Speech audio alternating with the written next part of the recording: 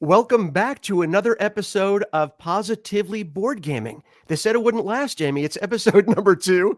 I am Mitchell Whitfield, joined by my co-host, Jamey Stegmeyer, the man behind Stonemeyer Games. Jamie, how are you? I am doing great. It's 314 day here in St. Louis. It's the 314 is the area code of St. Louis. And so there are lots of local shops doing specials and things like that today. Yeah. I didn't know Good that was day. a thing. That's awesome. I like learning Yeah. little things like that you don't know unless you live in a certain area. That's super cool. Right. Do you have any? I would think that most places could do something like this. Like, what is your area code? And is there what day of the year would that be? Okay, so well, I guess technically it would be August 18th because I'm in August the 18th. 818. And I'm on the border between Los Angeles and Ventura County. So Hmm. technically I'm an 818, but I could be 805, which would be so it's Okay. sometime in August. That'd be either the Okay. August Sometime 5th in or August. August 18th would be our day Yeah. here. But you know what? Yours sounds much cooler. I think California should leave this stuff alone. What you're doing is much cooler. And by the way, you can't see unless you're watching us on YouTube. And of course, if you're not listening to us on any of the major podcasting platforms, you can always watch us on Jamie's YouTube channel and watch the video version there as opposed to just the voice. Jamie's wearing this really cool, but sort of like I want that shirt kind of shirt. He's wearing. I'm used to seeing Jamie in his videos and when we chat. When we see each other over chat in his great t-shirts, a lot of the Stonemeyer branded stuff or stuff that you've gotten from different places that's been gifted to you. But this is a really cool, like blue, red, like very, you should go down, like chop down a tree. I think you're ready to do something you look like you're ready to do something super rugged today. I really like the way that shirt looks. I'll have to find something rugged to do here today. Yeah. You work hard enough. I don't think you have to worry about Yeah. it. You really do work hard enough. Well, other than maybe going outside and chopping a tree after this, I'd love to talk to you about what you are most excited about today within the gaming hobby. What is your topic of the day? Uh, wow. I had one in particular that I was going to bring up. And much like when you asked me to do my top 10 on your channel, and I sort of cheated and gave you two things. I'm going to give you one quick thing and then my main topic. I'll keep Cool. the first thing very brief because I think it's something our listeners and or viewers would be interested in. It's sort of something special and different. So, uh, I will tell you right now, as a fan of board games, as someone who loves the hobby, loves the experience, loves the social aspect, it is very hard.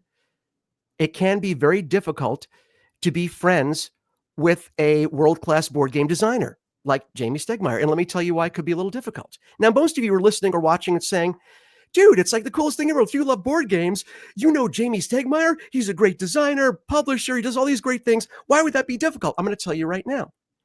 So you have to understand, uh, I leave like the work part, Jamie's work life separate. We don't really talk about, hey, tell me about this game you're designing. I want to, even though inside I'm like a little school kid, I'm like, oh, I'd love to know what he's doing.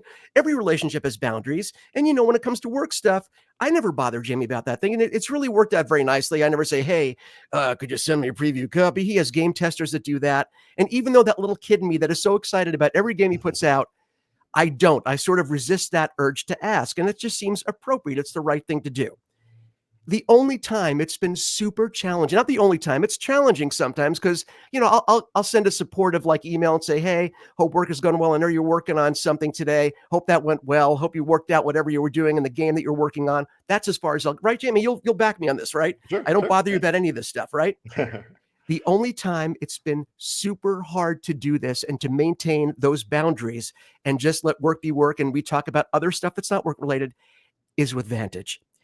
I can't. This has been a very hard thing. And I'm telling Jamie this for the first time. He's never heard me say this before. I'm so excited about this game because I know, first of all, it's in my wheelhouse. When you're talking about an open world game, adventure open world game, with so many places to go and explore and so many experiences to share with people that you love to game with. It's been so hard for me to not just get more information. Go, Jamie, I really want to play it. Can I play it soon? Can you just show me how it works? And I'm sitting here with my Vantage coins still sealed in their bag, looking at them and looking at the prettiness of the pretty coins. I have no idea what they do, have no idea what they represent or why or the shape. They're great looking and they're tacked. I love the look of them. And I sit here with my Vantage coins like a good boy in the corner going, I wish I could play Vantage right now. I mean, am I the only person that's saying, I might be the only person that's admitted to this, but do you feel there's like a different wave of excitement when it comes to Vantage than maybe previous releases? And people are always excited when you do a new game. But has it felt different? Because I know it's something you've put, 8 years into? So I know does it hold a certain place for you? And do you get that same sort of vibe from people when they talk to you about it? Well, yeah, I appreciate you bringing this up, and I'm curious to see where this podcast takes us. 'Cause I'm sure there will be some episodes where, like in general, I'm probably going to stay away from Stonemaier Games Oh, stuff. yes, this is But there not, yeah, might that's be why, some yeah, weeks.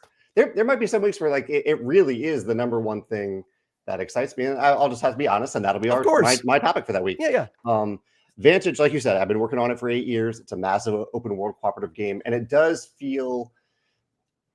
feels a little bit different than a number of the other games that we've had for a while, even though there's a lot of enthusiasm about games like Wormspan. Wormspan sold more games in its first year than any other game in Stonemaier Games Is history. that true? I didn't even know that. Yeah, it did really, really well last year. Sold over 300,000 copies. So Wow. people are clearly excited about that. But the anticipation and the questions and the curiosity for Vantage have been really invigorating for me in the last year as it enters production. We're recording this in March. It should be on our web store probably in July.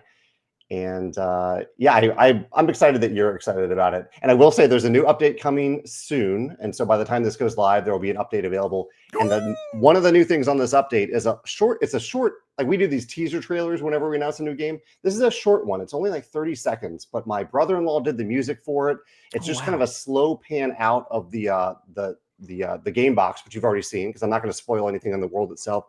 And just 2 days ago, I paired the music with that visual, and I got really emotional watching it because it was like, oh wow, this has been such a huge part of my life for the last 8 years, and it's finally becoming a reality.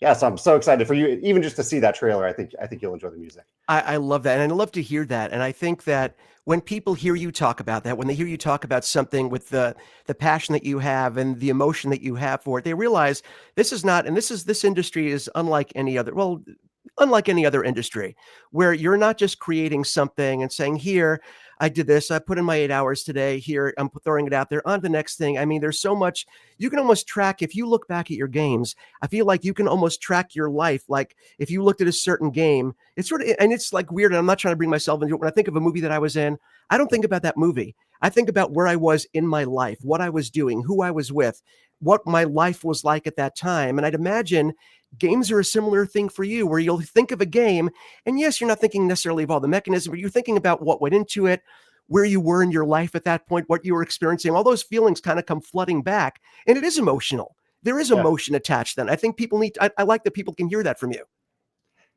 Yeah, I mean, 8 years is a long time for anything. Oh So yeah, when I started Vantage, my dad was alive, my yeah. beloved cat Biddy was alive. I lived in a different place, and I wasn't with my partner Megan.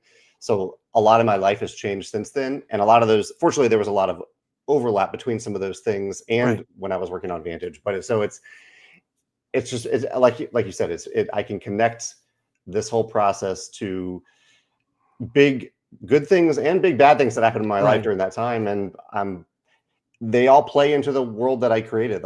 There is a theme, a little bit of a theme of loneliness in the world, because you crash on this planet far from the other players. You're just talking to them, and so Mitchell, you'll be able to play this game with your brother if you both have a I copy, can't. I even love from that. across the country. Yeah. Yep. So there is that feeling of being like lonely together, and that's something I'm curious to see what that evokes in people when they play it. I think that was one of the things that I think had me thinking differently.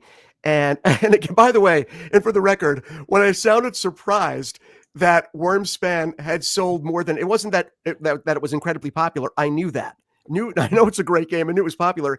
It's that Yeah. it was the fastest, as fast as 300,000 copies out of all of your games. Yeah. That's something. That is something. And again, I always say there's a lot of, when it comes to gaming, there's always emotion. There's so many feelings tied into it. That's why I say it's such a social experience for me. It's Yeah. such a social. It's not about, again, sitting down and winning, or I want to play something that I'm good at. I don't think about those lines along those lines anymore. I just don't.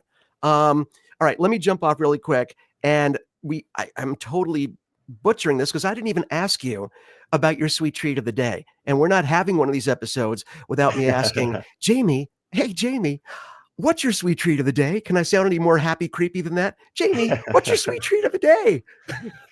Well, it's a windy, hot day in St. Louis right now, and Oh, today is like pie day, right? 314 oh, is pie, so I should be yes. having pie, but instead I had some ice cream for lunch because it was not for lunch, after lunch, as a little treat because it's so hot. What about you? Are you doing a pie today? Or No, I'm no? a huge pie fan, both Yeah. the number and the dessert. But my sweet treat of the day, strangely enough, you're a Trader Joe's person, right? You go to Trader Joe's. We have them here in St. Okay. Louis. Yeah. So they have these little dessert ice cream cones called Hold the Cone. They're Oh yeah. basically tiny ice cream cones, like where the ice cream bit is dipped in chocolate, and there's a little Mhm. bit of chocolate at the bottom of the little, regular cone. And they come in different flavors. My wife's favorite is the coffee. She loves that. I love the strawberry. And I'm hoping it's not seasonal because you know how Trader Joe's can have something in stock. I'm sorry, it's going to be out for 5 years. Come back in 5 years. I'm hoping they don't do this with the strawberry one. Strawberry Hold the Cone is my jam. Okay, since I went on a tangent and I don't want to hear myself talk that much in a row, can you jump in with your topic? And Sure, then sure. And then then we I'll can come circle back to you back at to the my end. because that way Absolutely. I'm not like Babbles McGee, which is my stage name, by the way, if you didn't know that, Jamie. So, Jamie, what would you want to bring up today that I have no idea what you're going to bring up yet? So go ahead. So I'm going to bring up, and this is a little bit of I would say it's a little separate from tabletop games, but I'm Okay, hoping we can branch off and talk about other categories a little bit. But it is related to games a little bit. I'll make a connection. But sure. my topic today is I am excited about, and have been excited about for quite some time, but it's at a confluence right now. I'm really excited about reality competition shows like Survivor, Deal or No Deal Island, The Traders. Uh, these are shows that I really love, and I just wanted to share my enthusiasm with them. I've started talking about them on the YouTube channel a little bit more. I probably talked about them on livecast for years, but it happens to be right now that there's a great season of Survivor happening. Yep. Deal or No Deal Island is about to end, or season 2 is about to end. The Traders just ended, season 3, and Beast Games, which was its own thing, but very interesting to watch. That was like a Mr. Beast thing that ended recently. And the board game connection is that I did buy recently the Survivor board game. Oh, wow. And so there is a connection to the tabletop games here. I love how they distilled the game of Survivor down to a tabletop game. But I was curious to hear your thoughts because you are involved in this, in media in different ways than I am. Do you follow or do you watch any of these reality competition shows? I do. I do. Yeah. So, Mhm. big picture, especially, being a film and television actor for 30 something years, which is weird because I'm only 28. I don't even know how that math works out. You didn't have to laugh that hard, Jamie. I'm just saying a simple smile would have been fine, but thank you for that. So if you ask people in the entertainment industry, and I think it was like this more when there were, the actors were striking and they were looking to have content, and the way they filled the actors being on strike, the way they filled up television with content was to put on reality shows. Mhm. So there's this sort of love-hate relationship, I think, with some people in the industry. I'm not saying with me. I'd rather see regular entertainment with actors. So I can separate, the business part of it from the fan part of it. Um, I used to watch a lot more reality television. I Mhm. haven't been watching as much lately, but it does cause very interesting dynamic between me and my wife Tracy. So she's been watching The Traders. Is that what it is? The Traders? The Traders. Uh-huh. Traders. She's my brother and his, Lee and Nicole, his girlfriend, they watch religiously. So they will Mhm. call Tracy or they will FaceTime and they'll sit there talking about it. I'm like, fine, have your thing. I'll go in the other room. I'll go play a game by myself. It's fine. But just because, there's certain shows that I don't watch, I'm not a big Survivor or The Traders fan, Mhm. but Traders in particular, they, both my wife and my brother and his girlfriend love. But what I'll do is, Jamie, and this is the worst part, and I'm sure that there are a lot of people out there that can relate to this.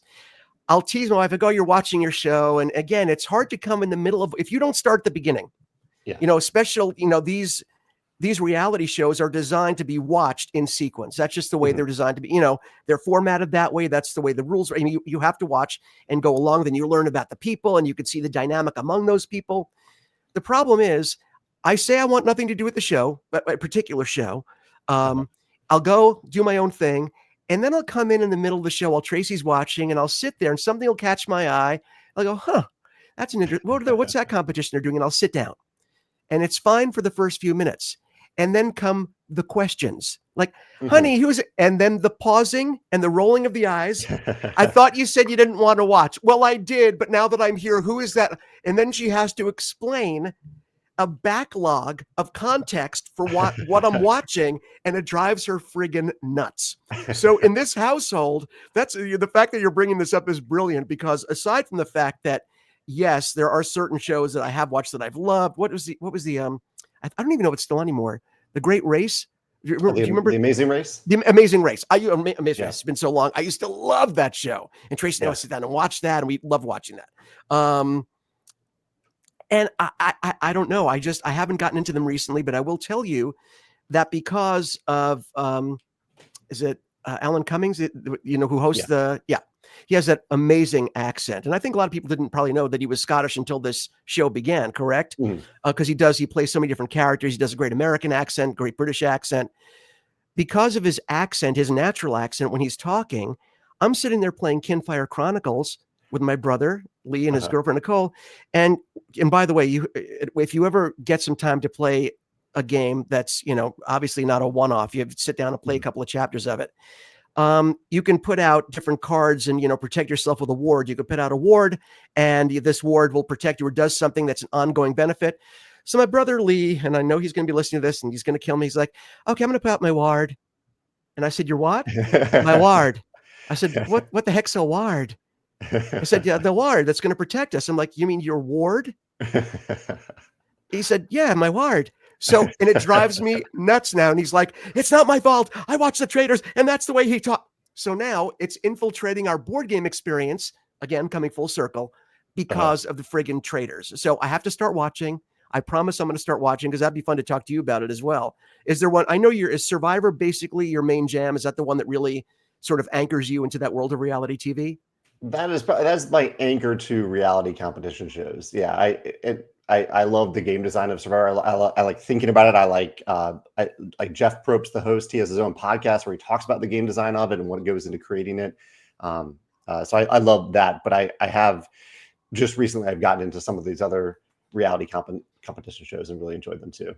And there's one that I haven't watched. At the end of my list is a show called Extracted. So this is one that people have recommended to me recently. It sounds a little bit like the Hunger Games in that you can family members of the contestants can sponsor them while they're participating. I don't really know what that means, but I'm kind of fascinated by it. So that's next on my list in case anyone's watching this and wants to comment on Extracted. Yeah. So I'm guessing it's like the Hunger Games minus the death part. Minus the, yeah, I don't There's think no, there's yeah, any death. although you know what, there are some times where I remember, what was it? The Running Man, was that the Yeah. Arnold Schwarzenegger movie with Richard Dawson? The game was the host of that, and I always said, even when I was watching, I was like, how far away are we as a society from having a game? Yes, or we'll kill one of you, and everyone's like smiling, ha ha. And I was like, wow, I really wonder how far we would go. But I've seen some really pretty edgy stuff. Thankfully, we have not gone that far. You mentioned that you had the game. Have you tabled the game yet? Have you played it? And Yes. so what you said was pretty close. It gave you that experience in the box? Yes, mostly the social dynamics of it. So this is a game that Jeff Probst, the host of Survivor and one of the producers, made along with the folks that make Exploding Kittens. Oh, so a lot of the game is about forming alliances with other players and deciding who to vote out. And there's a little bit of card play to it. They designed the box in really unique ways, and that there's those of you who are listening won't be able to see this, but it has like a voting box. How you vote is built into the box itself. oh, the slots are right there. The slots are right there on the side of the box. Yeah. So it's a clever box design, clever product design, and we had a lot of fun with it, playing with a few people who knew Survivor, a few people who didn't, and it was enough. It was enough that we definitely want to play again and try to just to see how it works out again. That if we get to the table again, yeah. That's really cool. I'd imagine that's pretty hard. It's kind of like taking a very popular novel, or series of novels like Harry Potter, and making a movie out of the books. Everyone already has their ideas and how it's supposed to work, how it should work. And I'd imagine making the game of something that's been wildly populated for so long. But the fact that you say it was good and that was a fun experience, that makes me very hopeful. I would definitely try that. That looks super cool. Yeah. Well, thank you, Mitchell, for indulging my reality competition topic. What was it? I don't know if this is your bigger topic or your smaller topic. What do you want to talk about? No, this is like, this was going to be my main topic. I had to bring up the whole Vantage thing just because I'm still upset that I can only jingle my coins and can't play the game. I'm not going to mention that anymore. I promise. I'll try and be responsible.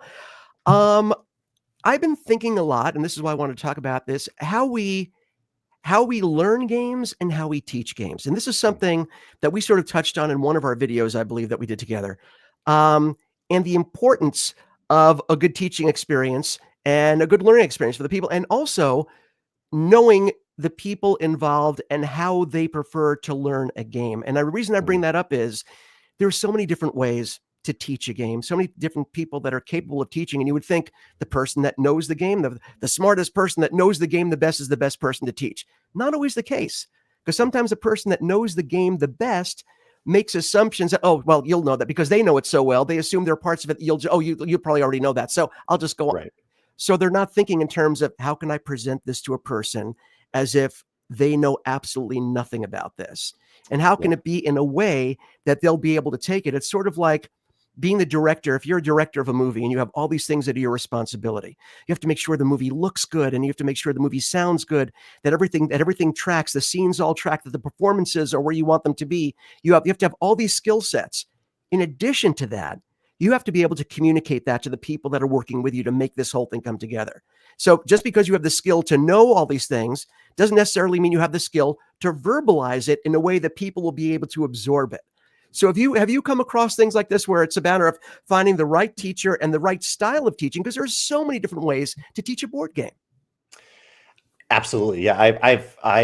Well, I should say up front that I really appreciate when anyone is willing to learn and teach a game. Like that takes a lot of effort to learn a game from scratch and to teach it to other players. So while there are different ways that I prefer to learn, I always try to be empathetic to it, because by default, they are taking their time to do that, to give that a try. Right. But I know that my preferred learning and teaching method is to explain a very brief overview and then to have players start taking turns as quickly as possible, not as quickly, as soon as possible. And even if that involves me as the teacher walking them through their first few turns. Right. But I know that not everyone wants to be taught that way. I have friends who definitely want to know every single rule before the game begins. And that's sometimes tough to cater when you have one person who wants that and maybe 3 other people who don't need that to start taking turns. How to balance that is a tough balancing act. Yeah, that's really, and it's interesting because first of all, I agree. I'm very much a visual learner. And I like to think I can absorb through somebody telling me something and being able to see as they're talking. I'm also looking at the board. I'm looking at the components to see how what they're saying joins with what I'm seeing visually. Because again, you have to merge those two things in your mind. Right. So for me, I once I see everything in action, I see a turn in action. And then once I learn the options, because listen, there's some people that like to go through a rule book. I have friends that like to teach. Some people just read, here's how I go, and let's just start playing. Yeah. Well, just start playing. It's like, oh, okay. But then, do we take a few turns and then maybe, okay, now that we know how it is, now let's start a fresh game. Or if we're just learning through the first, by round 3, you catch on and now, okay, you're good to go. But in rounds 1 and 2, you made decisions based on not knowing what you were supposed to be holding on to or not holding on to. And now there's no way you're going to win the game. So, right. I mean, there are different things to consider. And listen, like you said, there are different folks that have different needs. Some people don't want their handheld. Some people, I've yet to, let's put it this way. I've yet to meet anyone that really pushes back on the visual. Like, let's take a few turns and let me show you how this works. Yeah. And again, even from the very beginning, just saying, okay, we're going to be playing Heat. Okay. And then, rather than just say, okay, so put this in front of you. It's like, no, well, what is the game? Oh, okay. Basically, it's a race game. We're all racing around the track, and we're all going to have a handful of cards, and those cards will dictate how we move around the track, how many spaces we move, what we can do, what we can't do. We're going to be drawing cards and playing cards. So basically, it's a card-based engine that uses these cards, and that's going to dictate what you do. Oh, okay, I can grasp that. Now show me how it works. Yeah. So I always try and give a brief, like, what is this game? And I think some people leave that out because I need to know, like, wait, what's the goal? What's the overview? I like the quick elevator pitch. Then we get into the rules. So, and do you find that a lot more games are having this in almost 2 different rule books? They'll say, here's a tutorial. We're going to give you a tutorial, especially for adventure games. You'll say, we're going to play this scenario as a way to learn. The main rule book is going to be basically like an index where you can go back and research specific rules, but the tutorial should teach you how to play the game. I kind of like that. It kind of walks me through things nicely.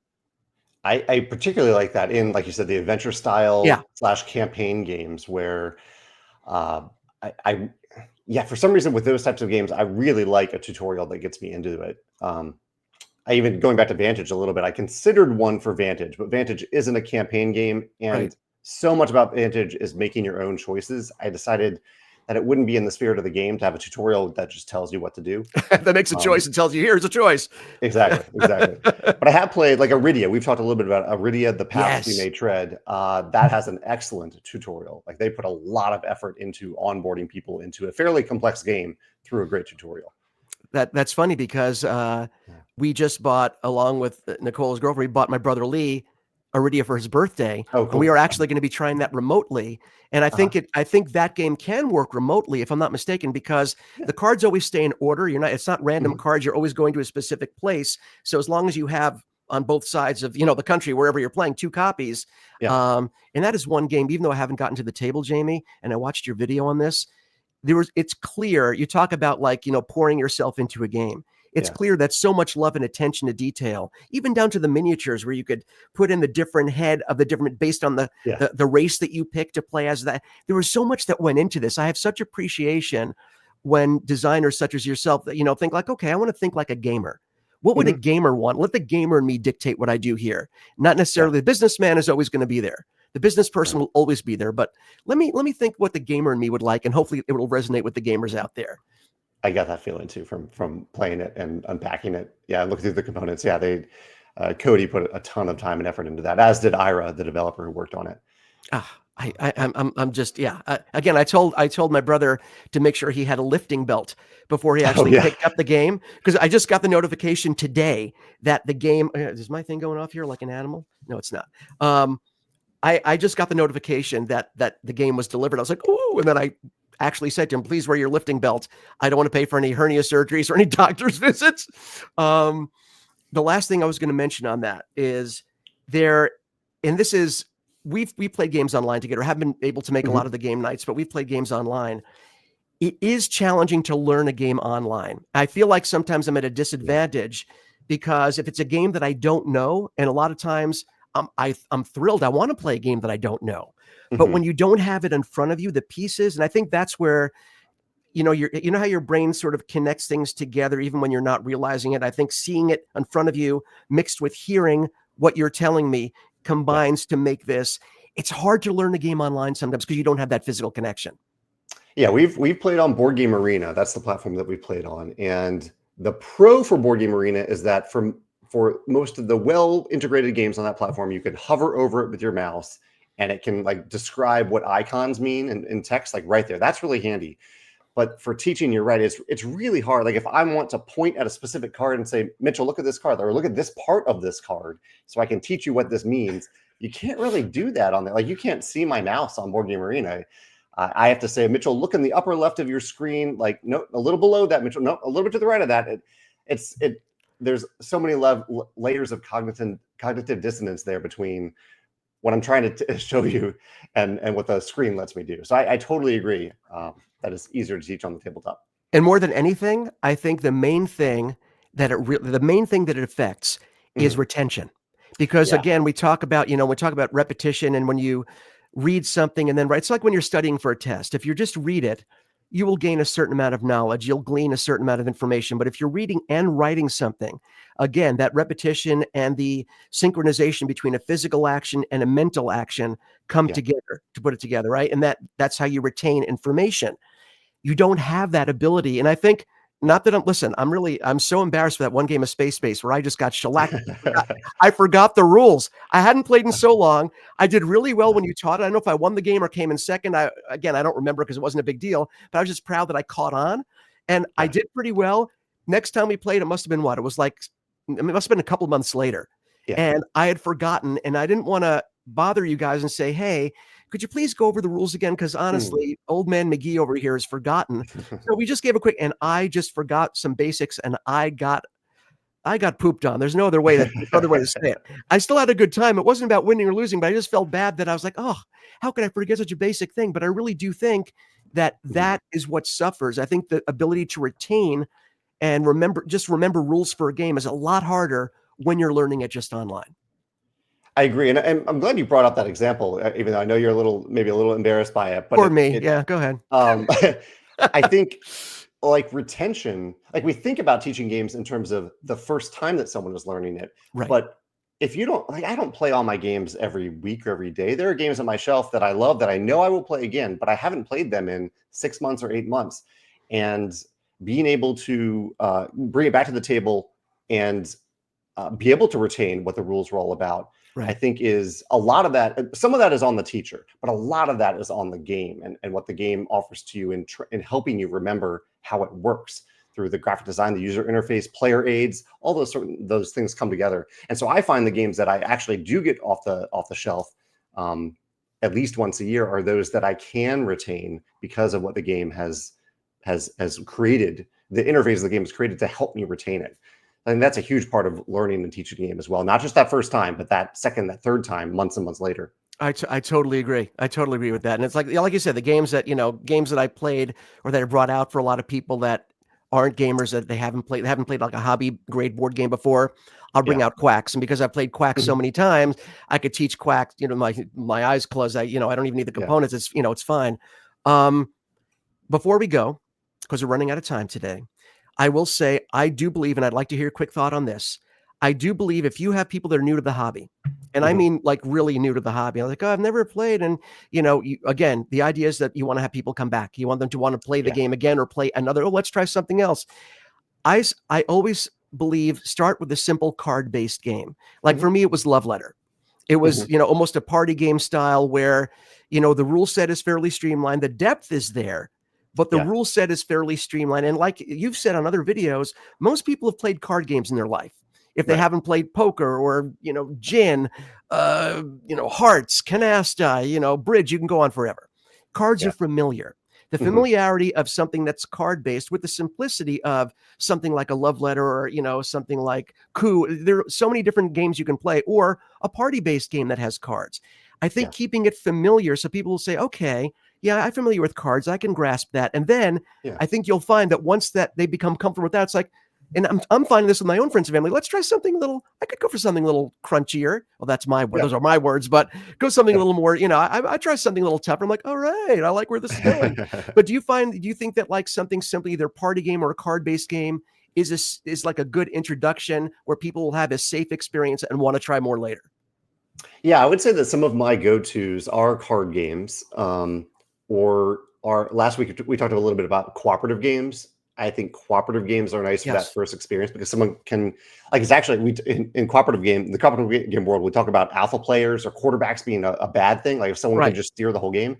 But in a teaching game, sometimes that's actually a little bit nice to have someone help to steer you if you're new, especially if you're new to the hobby. And then there's party games like So Clover and Just One. I think those are great ways to introduce people to modern hobby cooperative games. They're cooperative as well that don't that are a little different than like the charades where people think they have to perform for people. You might Right. actually enjoy that as an actor, but I You know, don't it's I don't funny. I want to really perform for my don't. friends. You I don't? really Okay, don't. yeah, Yeah, when I'm not on the clock, I'm just like, okay, I'm fine. Yeah, it's yeah. funny, right? So yeah, I like those. I can do some other non-cooperative games, but in general, I think card games and cooperative games are a great way to introduce people to the hobby, get them comfortable at least for that first learn. I agree. See, Positively Board Gaming is here to help you get the people to your table and not make them run away screaming. Wow, that's a really long logo. The podcast that makes you not want to run away screaming from your friends and family at the table. This was awesome, and again, I wanted to thank Jamey for doing this because, again, I think if you are in the hobby and you know Stonemaier Games and you know Jamey, you've seen him either on his own channel or listen to us here. You know how busy he is, so I appreciate that he takes the time that we get to do this together every week. Hopefully, we can continue as long as we can continue. Being an older gentleman, we got to keep them going because who knows? Who knows how many episodes I have left? So if you're watching this on Jamey's YouTube channel, you should also know that the podcast is available on all major podcast platforms. If you would like to go to the website, which is positivelyboardgaming.com, you can see previous episodes both in video and audio form. You can also email us there, contact@positivelygaming.com, if you want to recommend maybe a topic that we can talk about, or leave a comment, Jamey, on your video, right? I think people can leave comments on the YouTube version if they want to do that. True?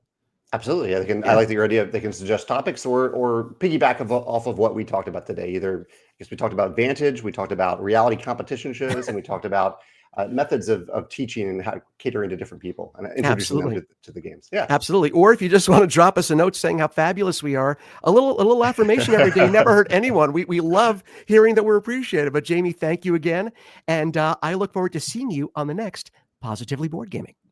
Sounds great. Thanks, Mitchell.